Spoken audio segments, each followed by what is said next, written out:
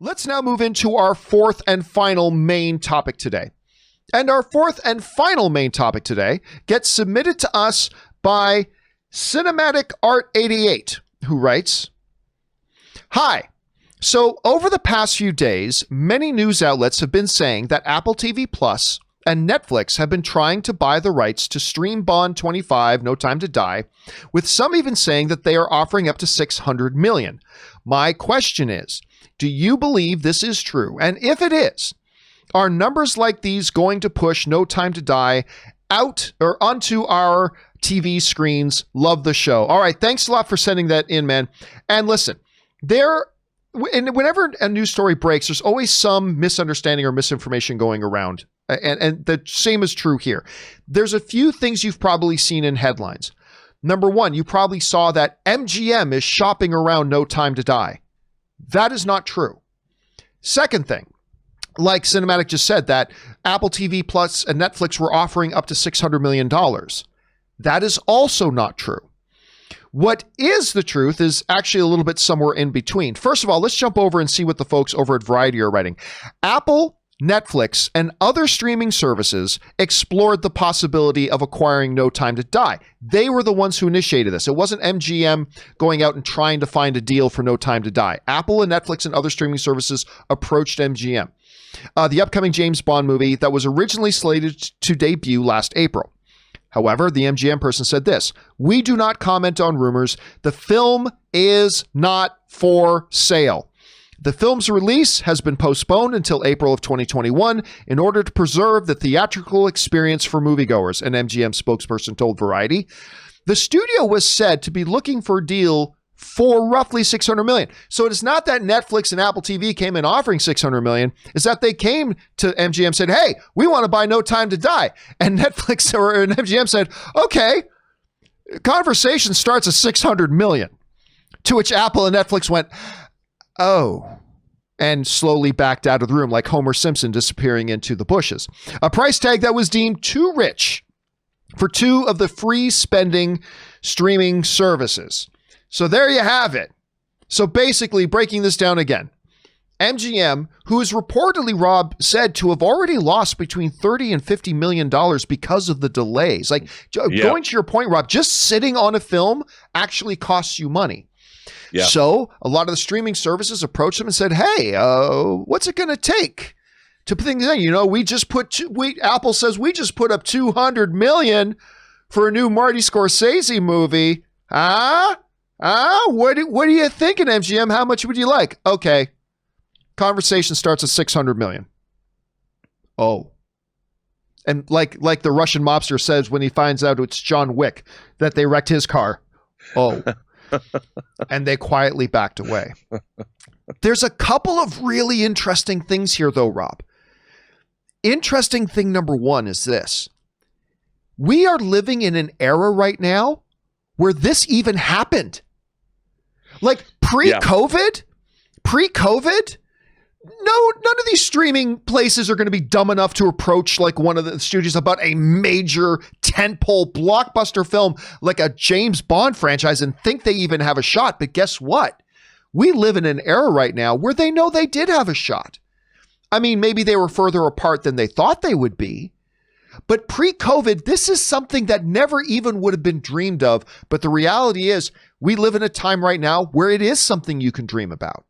If you're a Netflix acquisition executive, you can dream about in today, the way things are today in this context, you can dream about approaching an MGM and saying, "Hey, can we talk about it, your next James Bond film?" They would have been laughed out of the room 9 months ago, Rob. Laughed out of the room. But they're not getting laughed out of the room anymore. So that tells us one thing.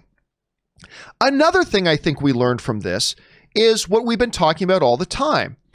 These movie studios know the reason they probably threw out the $600 million number, and that's where the conversation has to start, is because that's the type of money we're looking at making if we put this thing in theaters.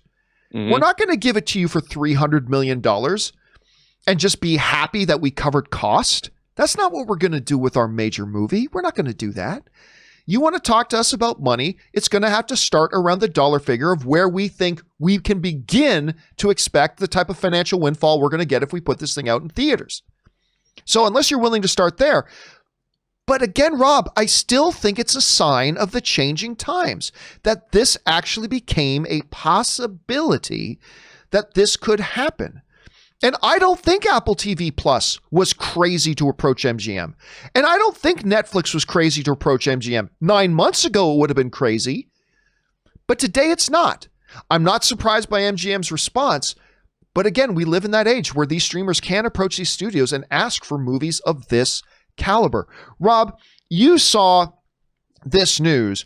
What's your takeaway from this? What are the things and the principles here that are jumping out to you that you walk away with looking at this situation? Well, there's a lot going on here that I think needs to be. I think this is a signpost to the future. Now, just as an example, the highest grossing James Bond film in franchise history, not according to adjusted dollars, was Skyfall. Skyfall is made, according to Box Office Mojo, it made $1,108,561,013. So $1,100,000,000.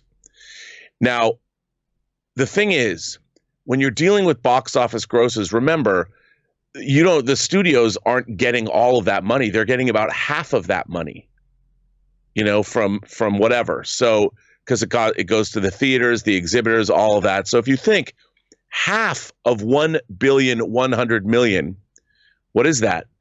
That's $550 million. And of that, you have to defray the cost of the production of the film. Well, Skyfall, I don't know the production budget was $200 million. Okay. So No Time to Die is $250 million. So if you got a $600 million payday, you wouldn't have to split that money with theater owners. The costs of the film is covered. So $250 million, you've got $350 million left. Universal's the international distributor. I guess MGM is domestic. So what are you looking at? So ultimately, if they were to get $600 million, they could actually make more profit than they would get if the movie grossed $1,100,000,000 theatrically worldwide. So $600 million was a pretty good number to get for the streaming rights for this movie worldwide. It would have been something that they could have been like, no more marketing budget, don't have to distribute it, don't have to revenue share with theater owners. So I think it was a tough choice. And I'll tell you, with theaters now closing again in Italy and throughout the rest of Europe because of COVID increases, and they expect this movie to come out in April, I think that this number could be revisited. It really depends. Does a Netflix or an Apple think a $600 million spend for them will generate enough subscriptions that in the long run it could be worth doing? I think from the studio's perspective, if they really thought about it, you're right on the edge. If somebody was going to plunk down $600 million, they might take it. Like an Apple and Netflix might come back to them with that money, and they might take it. But this is something that these tentpoles have to consider, because can they make this money? What if No Time to Die doesn't do $1 billion at the global box office? What if it only does $800 million? This $600 million number might have been an attractive number they've passed up, but then again, that's the thing. They didn't pass it up. Right. That's the thing. I was going to say, nobody offered them $600 million.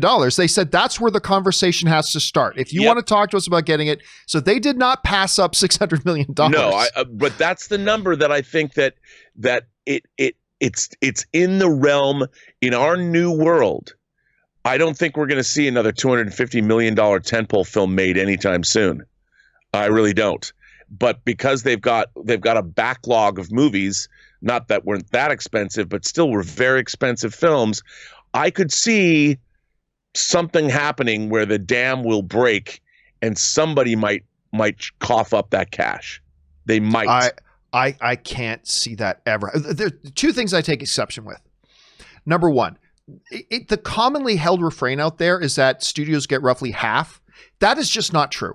I've worked with AMC theaters. I've sat in the room with their exhibitor executives. It really does work out closer to 1/3 still. But that, when you're talking about $1 billion, the difference between half and 1/3 is significant.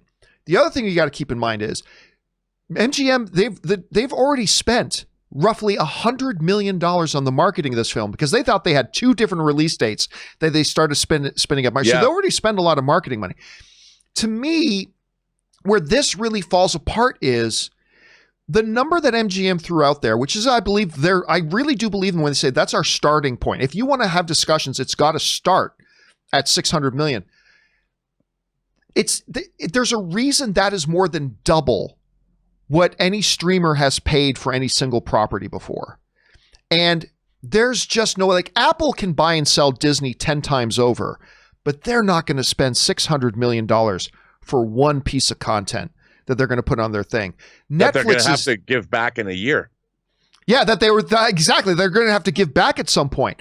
Netflix is not going to spend $600 or $500 or $400 million for one piece of content that you just so astutely pointed out that they're just going to have to give back at some point, whether it's in 1 year or 2 years or whatever, that they're not owning that property. That to me shows 2 things. Number one, we're in a world that these conversations can even exist now that we wouldn't have been 9 months ago, but that the divide and the gulf between what can these streamers actually pay for a single piece of content and what would these studios be looking to get for it is still a rather significant gap. Because it's not like Netflix was offering $200 million and MGM said, no, you got to get up to $275. It's not like they were close, like they were miles apart. Yeah. But even still, I never thought we'd live in the world where this conversation would be even happening, and yet here we are. Yeah, I mean, really, the streaming services, their economic models are all based on subscribers. Now, the question would be, Netflix paid $100 million to run Friends for 1 more year. So the question would be like, let's just say Apple Plus wanted to buy this, okay? And they wanted to pay $600 million. What if they made it so, unlike Mulan, if you wanted to become a new subscriber and watch No Time to Die, you had to guarantee a year's subscription in Apple Plus. Could they get enough subscribers with that to make it worthwhile? Like, let's say worthwhile would be 30%, 30% more than 600 million. So if they spent 600 million, they would want to make, well, let's just say 900 million or even $1 billion. They would want $1 billion in new subscriber money generated by this. Could they make that work? I don't know. I mean, that's a tall order, but maybe they could. And if they could generate enough new subscribers that would bring them $1 billion worth of revenue, then maybe it would be worth it for them. But yeah, but that's it's an impossible number, because even just to get that $600 million, that means they would have to convince 100 million new subscribers to sign up for a guaranteed full year for one piece of content. Mm-hmm. I mean, it's just, or I should say 10 million new subscribers to sign up for one piece of content. 10 million? Is that out of the realm of possibility? It is out of the realm of possibility for one piece of content. Because like with Friends, you mentioned the Netflix spent $100 million. Friends, you have, how many seasons was that? 7 seasons? You're talking about 140 pieces of content, 140 episodes, 140 pieces of content. Now, Bond to Friends is not an apples to apples comparison. I fully acknowledge that. It's not an apples to apples comparison. But yeah, the idea that one movie will convince 10 million people to sign up for a guaranteed 1 year commitment to a platform that, quite frankly, doesn't have a lot on it. It's got a couple of really good things. For All Mankind, Morning Show. It's got a couple of good things on it, but I think that becomes, I mean, to quote Darth Helmet, it takes us into ludicrous speed. I don't think that's. I agree with you. I agree with you. But what I think this is doing is, again, it is a signpost to the future. There things are, there's sea changes happening, and I keep looking at what are they going to do with this movie, John? We haven't really talked much about what happens if 2021 is wiped out because of COVID in terms of box office. Again, they're closing the European theaters. They had opened those up. They're now closing them again.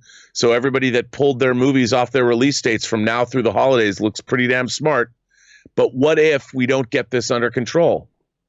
Well, I mean, yeah, but if we get into the what if scenarios, what if a vaccine is made available in February? I mean, so there's a lot of, we could play the what if thing. Look, I'll tell you this right now. What if the pandemic wipes out 2021 as far as box office goes? Mm-hmm. Oh God, man, that's apocalypto. I mean, that's the end of the movie theaters. They can't survive. I mean, it changes everything. Also, however, the studios who now have to pay back those interest payments on their movies. Yeah, and not making the money, the dollars that they were going to make before, and all this kind of stuff. I mean, some of them will go under. There'll be other mergers that'll happen. It'll be chaos. There's an equal, but then again, what if movie theaters are open back up again in, let's say, March or April, sure, right? And so what are we in now? October, so November, December, January, February, March. So let's say 5-6 months from now, they're open back up and James Bond does come out and it does make $1.2 billion or it does make $900 million.